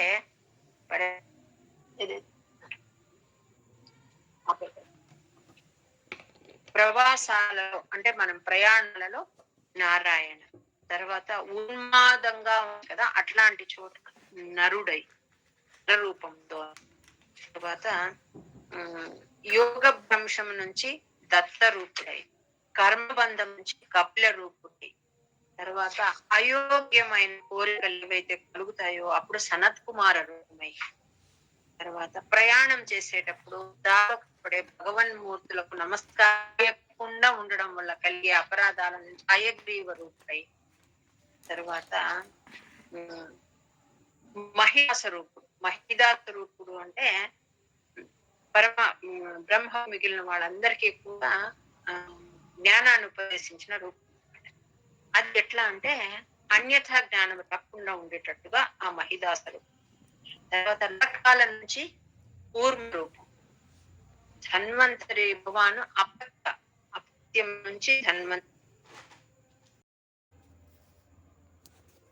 నుంచి యజ్ఞ రూపుడై, తర్వాత ఈ పాములు సర్పాల నుంచి బలరామాంతర్గత మూర్తి అయి, తర్వాత శాస్త్రముల పట్ల అజ్ఞానం ఉందనుకో దాన్ని తొలగించడానికి వేదవ్యాస రూపుడై, పాషండ మతాల నుంచి బుద్ధ రూపుడై, కలిదోషం నుంచి కల్కి రూపుడై నన్ను కాపాడని అని వేడుకుంటాం. తర్వాత ఈ కాల విషయానికి వస్తే కేశవ, గోవింద, నారాయణ, విష్ణు, మధుసూదన, మాధవులు రూపం. పక్కలను 6 భాగాలు చేసినప్పుడు ఈ 6 భాగాలలో కేశవుడు, గోవిందుడు, నారాయణుడు, విష్ణువు, మధుసూదనుడు, మాధవుడు. తర్వాత రాత్రిని 6 భాగాలు చేసినప్పుడు ఆ 6 భాగాలలో ఋషికేశుడు, పద్మనాభుడు, 2 పార్ట్స్ కూడా పద్మనాభుడు, ఏకోవతు పద్మనాభ అన్నాడు కదా అక్కడ. తర్వాత శ్రీధర రూపము, జనార్దన, దామోదరుడు నన్ను కాపాడని. ఇంకా ఆయుధాల గురించి చక్రము, గద, శంఖము, ఖడ్గము, ఇవన్నీ వీటి గురించి కూడా మనం ప్రేయర్ చేస్తాం. టీచర్ అండి ఇంద్రుడికి వేదం చెప్పించింది అట్లా.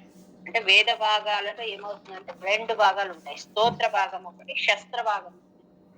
అంటే ఈ స్తోత్రం అంతా సామగానానికి సంబంధం, శస్త్ర పోర్షన్ అంతా ఇంకొక భాగం అట్లా. అంటే కృచ్ఛ్రేభ్య అంటే ఆపదలు, మనకు వచ్చే రకరకాల ఆపదలు, వాటన్నిటికీ కూడా వీళ్ళ నుంచి రక్షణ కోరుతుంది వీరి ద్వారా. గొప్ప గరుడో భగవాన్ స్తోత్రస్తోభశ్చందోమయ ప్రభు రక్షత్వశేష కృచ్ఛ్రేభ్యః విశ్వక్సేన స్వనామభిః. గరుడో స్వామి యొక్క నామాల నుంచి రూపాల నుంచి, వాహనాల నుంచి, ఆయుధాల నుంచి, ఆభరణాల నుంచి, పార్షదుల నుంచి, ఇన్నిటి నుంచి రక్షణ కోరుతుంది. ఇవన్నీ ఏం చేయాలా? మా బుద్ధిని, మా ఇంద్రియాలను, మా మనస్సుని, మా ప్రాణాలను సకల ఆపదల నుంచి కాపాడుతాం. బుద్ధీంద్రియ మన ప్రాణం. మా బుద్ధులు మంచిగా నడవాలి. మా ఇంద్రియాలన్నీ మా కంట్రోల్లో ఉంటాయి. మా మనస్సు, ప్రాణాలు అన్ని ఆపదల నుంచి కాపాడుతామని కోరుతుంది. యాక్చువల్లీ ఆపద అంటే ఏమి తెలుసా అంటే, మనం ఏదో అంటే యాక్సిడెంట్స్ అని లేకపోతే ఇంకేదో అని అనుకుంటున్నాము. మొదటి ఆపద ఏది అని చెప్తుందంటే శాస్త్రం, భగవంతుని విస్మరించడమే పెద్ద ఆపద. ఆయన్ని స్మరించడము అది సంపద, అంటే రక్ష. ఆయన్ని మర్చిపోతే అదే పెద్ద ఆపద. యథా భగవానేవ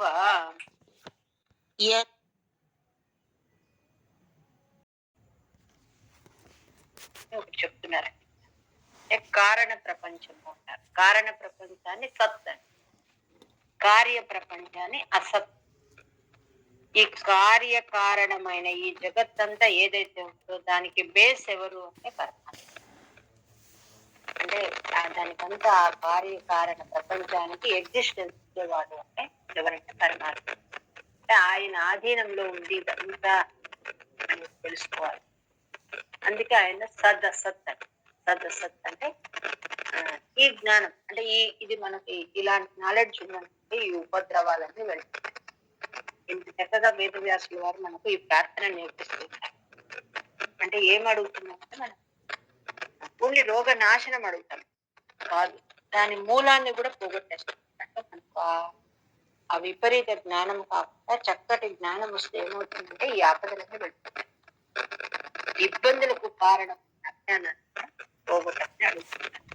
ఇప్పుడు రోగం బయటకు వచ్చిందంటే ఏదో ఒక సిమ్టమ్ ద్వారా బయటకు వస్తుంది. మనం ఏం చేస్తాం, ఏదో ఒక మార్చేస్తాం, అట్లా కాదు.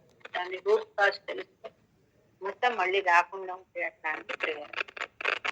ఇంకోసారి యథా హి భగవానేవ వస్తుతః సదసత్యయత్ సత్యేనానేన నః సర్వే యాంతు నాశముపద్రవాః.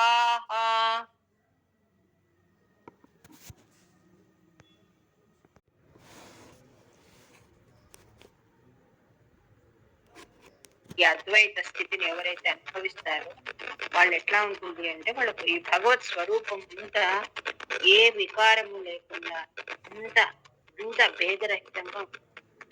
అట్లాంటి భగవంతుడు తన మాయాశక్తి ద్వారా ఈ ఆభరణాలు, ఆయుధాలు, నామాలు అన్ని ఆయన అనేకం కావాలనుకున్నాడు, అయిపోతాడు. అన్ని రకరకాలవి ఆయన తన మాయాశక్తి ద్వారా ఆభరణాలు ధరిస్తాడు, ఆయుధాలు ధరిస్తాడు, వివిధ నామాలు పొందుతాడు, వివిధ రూపాలను పొందుతాడు. ఇది సత్యం. ఈ కారణం వల్ల ఈయన అన్ని రూపాలలో మమ్మల్ని ఎప్పుడు రక్షించుగాక అని చెప్తారు. యథై ఆత్మ్యానుభావానాం వికల్పరహిత స్వయం భూషణాయుధలింగాఖ్య ధత్తే శక్తి స్వమాయయా.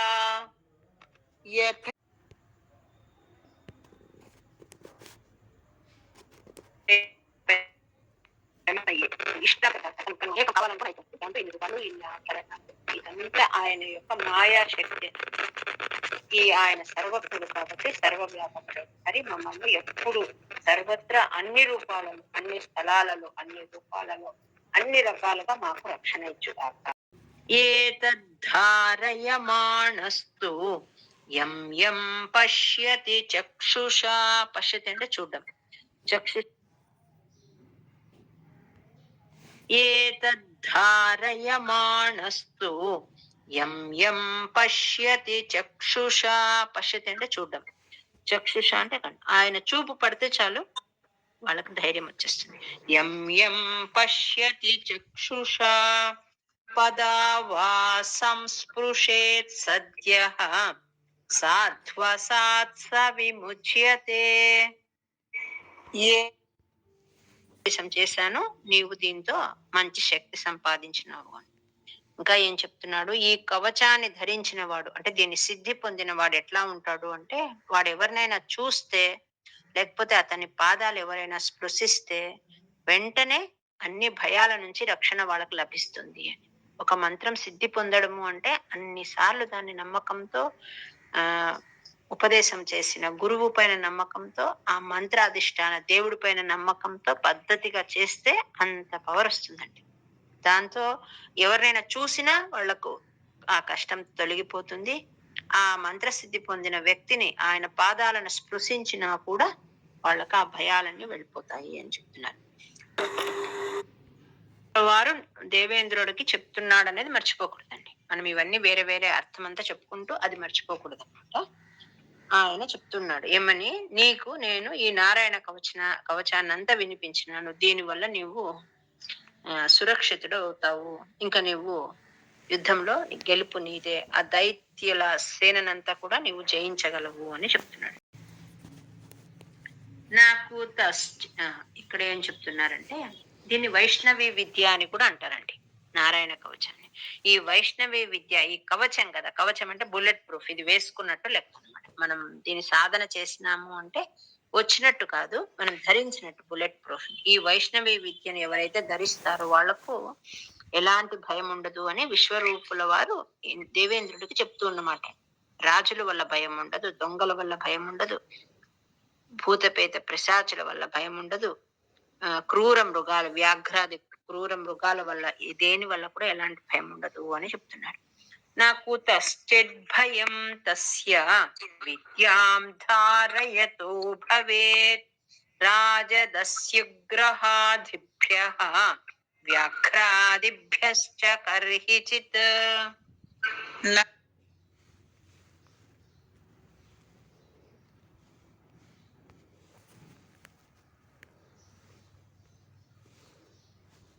ఇమాం విద్యాం పురా కశ్చిత్ కౌశికో ధారయన్ ద్విజః యోగధారణయా స్వాంగం జహౌ సమరుధన్వని.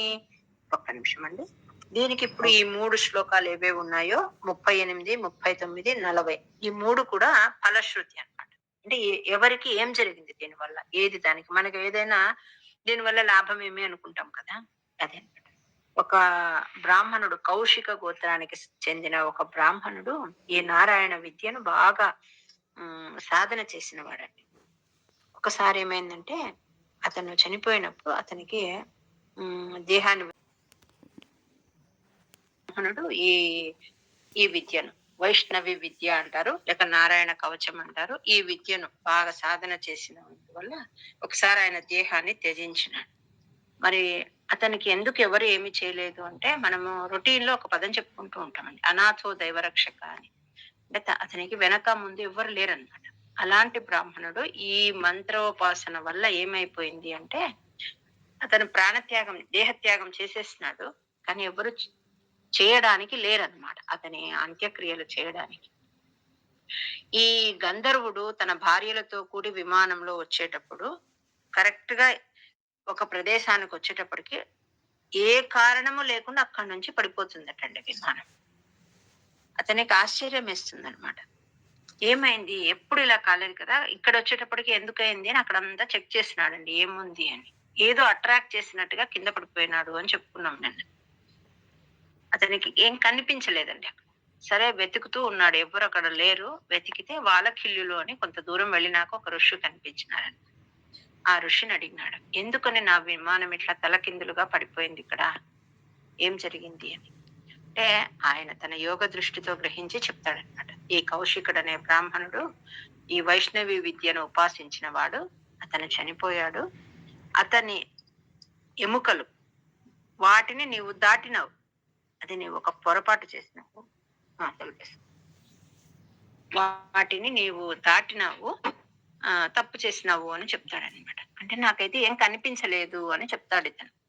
అయినా పర్వాలేదు, ప్రాయశ్చితం చెప్పండి అంటే, నీవు అతనికి అతని ఎముకలను తీసుకువెళ్ళి, అస్థి అంటారు, అస్థి అంటే ఎముకలు, వాటిని సరస్వతి నదిలో నిమజ్జనం చేయమని చెప్తాడండి. చెప్పి దాంతో నీకు పాప క్షయం అవుతుంది అని. ఇక్కడ మనం ఒక విషయం గమనించాలండి. భగవద్గీతలో విభూతి యోగము అని ఒకటి వస్తుంది 10వ అధ్యాయం. అందులో ఒక్కొక్క గుంపులో విశేషంగా ఎవరెవరు ఉన్నారో వాళ్ళలో నా అధిష్టానం ఎక్కువ ఉంటుంది అని చెప్తాడు పరమాత్మ. చెట్లలో, పుట్లలో, మనుషులలో, ఋషులలో, నదులలో, పర్వతాలలో, ఆయుధాలలో, ఇట్లా అన్నిట్లో ఒక్కొక్కటి దానిలో నేనున్నాను అని చెప్తాడనమాట. అట్లా ఈ గంధర్వులలో ఆ చిత్రరథుడిలో ఉన్నాను అని చెప్తాడనమాట. నా యొక్క అధిష్టానము గంధర్వానాం చిత్రరథ అని వస్తుందండి. అంటే ఆ చిత్రరథుడిలో పరమాత్మ యొక్క విశేష విభూతి పెట్టినాను అని అందులో చెప్తాడనమాట. ఇక్కడ వచ్చేటప్పటికి ఆ చిత్రరథుడితో ఈయన యొక్క సంస్కారాలన్నీ చేయిస్తాడనమాట. అంటే ఓకే, ఆ విశ్వరూపుల వారు ఇంద్రుడికి ఉపదేశించినది శుకుల వారు పరీక్షిత్ రాజుకు చెప్తున్నారు. భాగవతం అంతా కూడా శుకుల వారు పరీక్షిత్తుకు చెప్తున్నదే. ఇప్పుడు ఆ శుకుల వారు చెప్తున్నారు, ఈ నారాయణ కవచాన్ని ఎప్పుడైనా ఎక్కడన్నా విన్న వాళ్లకు, దీనిని గ్రహించిన వాళ్ళకు కూడా అన్ని ప్రాణులు గౌరవంగా నమస్కరిస్తారు. దీనికి అంత పవర్ ఉందని చెప్తున్నారు. వాళ్ళ యొక్క సమస్త భయాలు కూడా వెళ్ళిపోతాయి. మనం డాక్టర్ తో ఏదైనా రోగం ఉంటే పలానా ఇప్పుడు ఇరిగింది, ఎముక ఇరిగిందని చూపించుకోగలం, లేకపోతే ఇంకేదో అయిందని చూపించుకుంటాం. భయానికి ఏ డాక్టర్ తో చూపించుకోగలమండి మనం? ఒక్కొక్కరికి ఒక్కొక్కటి అంటే భయం. ఒకరికి చీకటి అంటే భయం, ఒకరికి నీళ్ళు అంటే భయం, ఒకరికి తెలియని భయం. ఎందుకో తెలియదు, నాకు ఎప్పుడు భయం వేస్తుంది అంటారు. కొంతమంది ఎవరితోనో కొత్త వాళ్ళతో మాట్లాడాలంటే భయం ఉంటారు. కొంతమంది ముందు ఏదో జరుగుతుందని ఊహించుకొని భయపడుతూ ఉంటారు. ఆప్తులను కోల్పోతామేమో అని భయపడుతూ ఉంటారు. అట్లా రకరకాలుగా తన బిడ్డలు సరిగా సెటిల్ అవుతారో లేదో అని భయపడుతూ ఉంటారు. ఇట్లా రకరకాల భయాలు మనిషికి. వాటికి ఏ డాక్టరు మనకు మంది ఇవ్వలేడు కదండి. కాబట్టి ఈ భయాలు, ఏ రకమైన భయాలున్నా అవన్నీ కూడా తీరిపోతాయని చెప్తున్నారు. యా ఇదం శృణుయాత్ కాలే యోధారయతి చాదృతః తం నమస్యంతి భూతాని ముచ్యతే సర్వతో. శతక్రతుః అంటే ఇంద్రుడికి పేరు అనమాట. అంటే ఆయన, ఈ ఇంద్రుడు తన పురోహితుడైన విశ్వరూపుడి వల్ల ఈ నారాయణ కవచం అనే విద్యను పొంది అసురులను, మృధేసురాన్ అంటే మృధేలో ఆ అనే అక్షరం ఉంటుంది అన్నమాట. ఆ అసురులను అందరినీ జయించినాడు, ముల్లోకాలలో ఉన్న సంపదలన్నీ తిరిగి పొందినాడు అని చెప్తున్నారు ఇక్కడ. ఏతాం విద్యామధిగతః విశ్వరూపాక్షతక్రతుః త్రైలోక్య లక్ష్మీం బుభుజే వినిర్జిత్య మృధేసురాన్. శ్లోకాన్ని 3 times చెప్పాలి. ఈ శ్లోకాన్ని కూడా 3 సార్లు చెప్పాలి. నభోగ్య వస్తూని ననాక పృష్ఠం న సిద్ధి లాభం పరమేశ కాంక్షే ప్రసన్న మందస్మిత సుందరంతే ముఖాంబుజం దర్శయ సంతతం మే. నమో నారాయణాయ. ఓం నమో నారాయణాయ. ఓం నమో నారాయణాయ అని 3 నారాయణ అఖిల గురో భగవన్ నమస్తే.